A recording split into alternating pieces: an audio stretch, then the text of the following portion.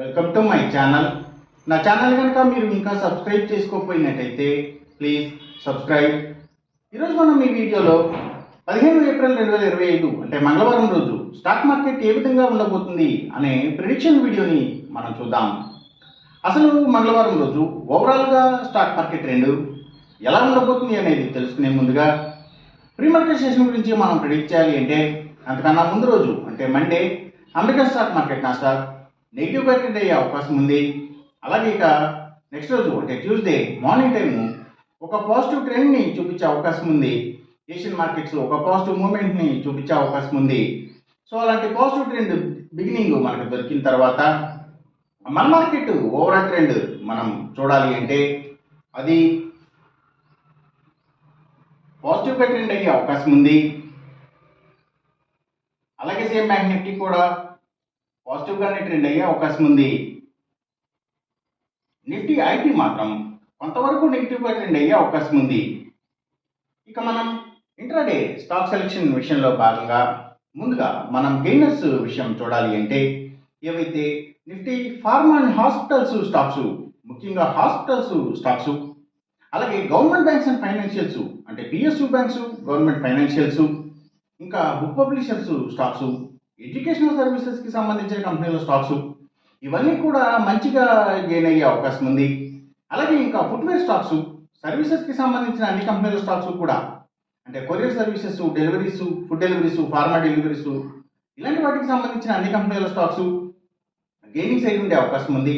ఇంకా biogas, బయోపవర్, biodiesel ఇలాంటి వాటికి సంబంధించిన కంపెనీల స్టాక్స్, అలాగే ఆయిల్ అండ్ న్యాచురల్ గ్యాస్కి సంబంధించిన కంపెనీల స్టాక్స్, పెట్రోకెమికల్స్ స్టాక్స్, గ్రీన్ ఎనర్జీకి సంబంధించిన కంపెనీల స్టాక్స్ ఇవన్నీ కూడా గెయినింగ్ సైడ్ ఉండే అవకాశం ఉంది. ఇంకా పబ్లిక్ లిమిటెడ్ కంపెనీల స్టాక్స్ చాలా వరకు కూడా గెయినింగ్ సైడ్ ఉండే అవకాశం ఉంది.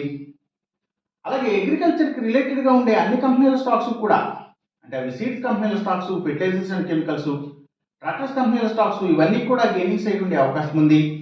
ఇంకా Nifty automobile sector stocks, power and ఎనర్జీకి సంబంధించిన అన్ని కంపెనీల stocks, cements, real estate sector stocks, ప్రత్యేకించి ల్యాండ్స్తో డీల్ చేసే కంపెనీల stocks, tours and travels, logistics supplies, imports and ఎక్స్పోర్ట్స్కి సంబంధించిన కంపెనీల స్టాక్స్,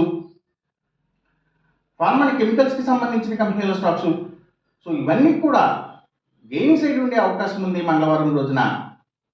ఇక మనం ఇంట్రాడే లూజర్స్ విషయం చూడాలి అంటే ఏవైతే కమ్యూనికేషన్ సెక్టర్ స్టాక్స్, వాటిని బేస్ చేసుకుని పనిచేసే cell phone towers, cables, internet services providers ఇలాంటి వాటి స్టాక్స్, మీడియా అండ్ టెలివిజన్ ఛానల్స్కి సంబంధించిన కంపెనీల స్టాక్స్ ఇవన్నీ ఎక్కువగా నెగిటివ్గా ట్రెండ్ అయ్యే అవకాశం ఉంది. అలాగే ఇంకా లగ్జరీ హోటల్స్, డైమండ్స్, ఫ్యాషన్స్ ఇలాంటి వాటికి సంబంధించిన కంపెనీల స్టాక్స్, సినిమాల థియేటర్ల కంపెనీల స్టాక్స్ కూడా నెగిటివ్గా ట్రెండ్ అయ్యే అవకాశం ఉంది. ఇంకా ఫుడ్స్ అండ్ బెవరేజెస్ కంపెనీల స్టాక్స్, ఎఫ్ఎంసీజీ సెక్టర్ స్టాక్స్ కూడా డౌన్ ట్రెండ్ని చూపించే అవకాశం ఉంది మంగళవారం రోజున.